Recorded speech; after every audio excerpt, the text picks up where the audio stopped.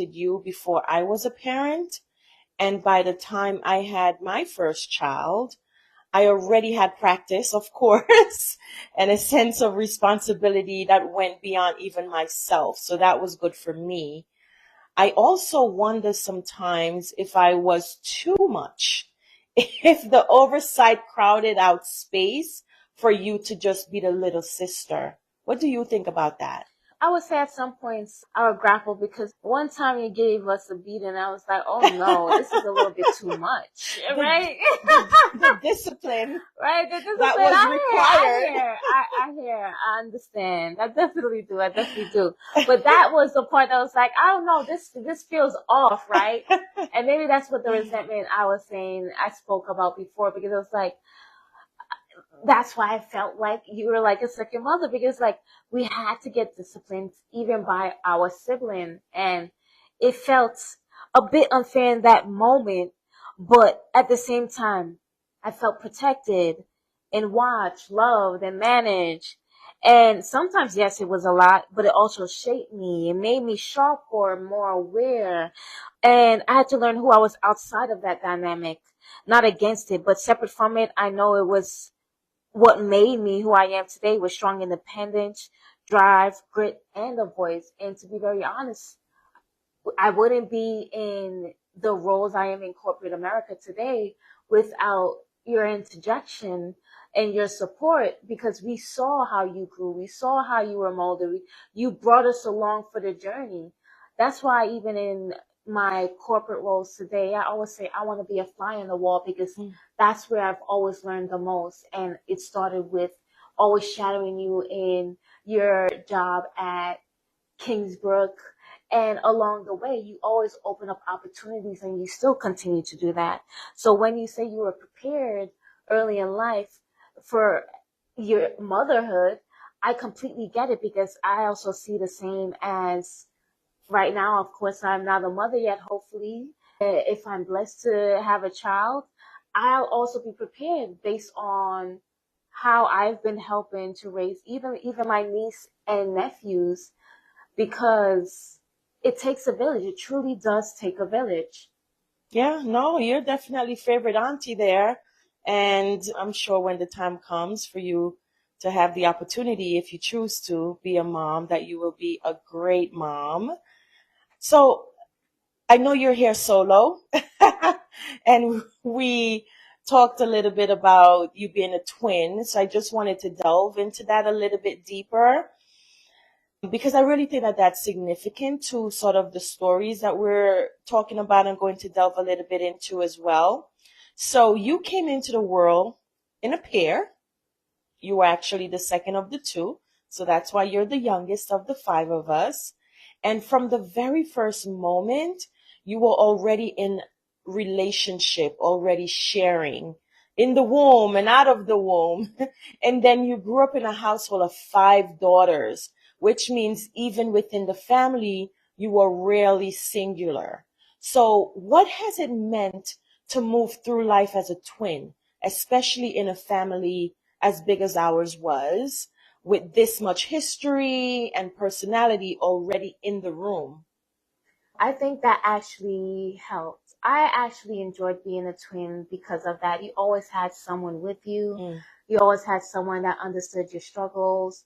So it didn't feel like I was one and alone, the one that was different, that didn't have the same shared experiences. I had someone that shared my experiences, because we both observed everything that was going Right. on. We had someone to talk to. We had someone that was always there.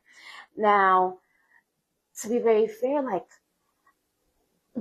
as we were growing, I didn't see as much of a difference in our how we were raised, but I did see a bigger responsibility on your guys' shoulder. Right. I didn't realize that. I even thought like even discipline or how we were the intention for us to just be more and be greater felt a little heavier on us. But I realized you all had the heaviest burden, because you had to navigate it a bit more independently, while we had support around the bend at every corner. Right. So it was a blessing in that way The curse became when we had to pay for everything times two. That is funny. Yeah, it can get a bit expensive. So ultimately, did being a twin make things easier or harder to find your individual identity, especially with so many strong women ahead of you?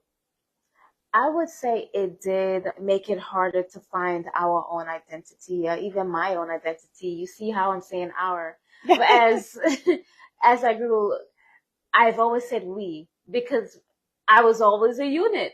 Right. There was always someone there. I always had to think of Kiana, not because I was forced to, because I wanted to, and because that was my buddy. That was my my bestie in the womb and out of the womb. We shared nights under beds, having secrets, talking to one another.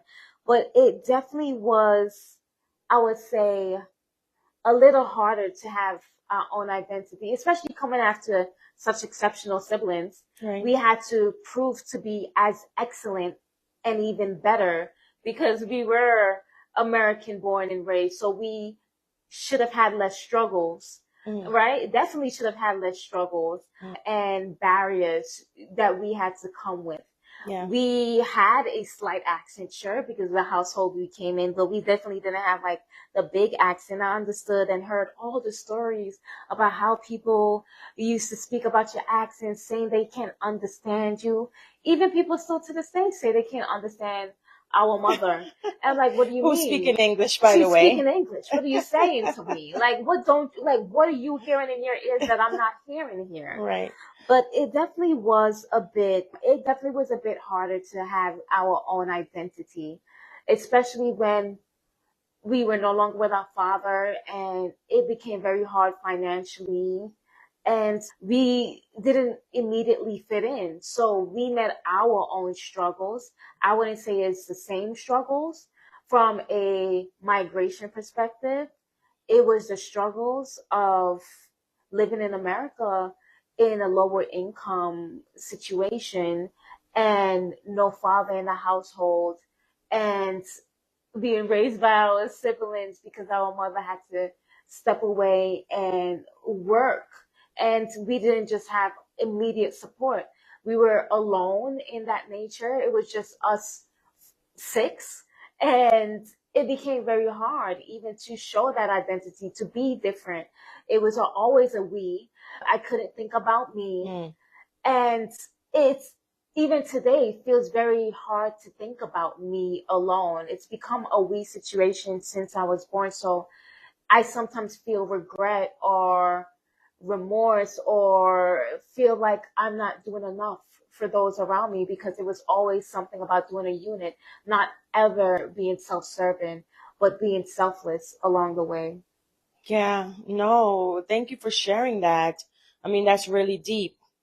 And I guess the reason why I asked that question about identity is because I think about it a lot in the context of the work that I do. The question of who am I separate from the groups that I belong to, whether that's in your case, your twin or your migrant family, your organization, your culture. That to me is the restless excellence question at its very core and what I like to talk about. So for you, who are you when you strip all the labels before the youngest of five girls, before the twin, before, anything else when it comes to all the things that we've touched on already? Who are you? I would say that's a very good question. And honestly, it's been something I'm grappling with even at this age, right? Because sometimes it's hard to define who I am because what I realize is because of even as we talk about your book, we continue to carry such great weight that it's hard to ever think about me without feeling like I'm being selfish.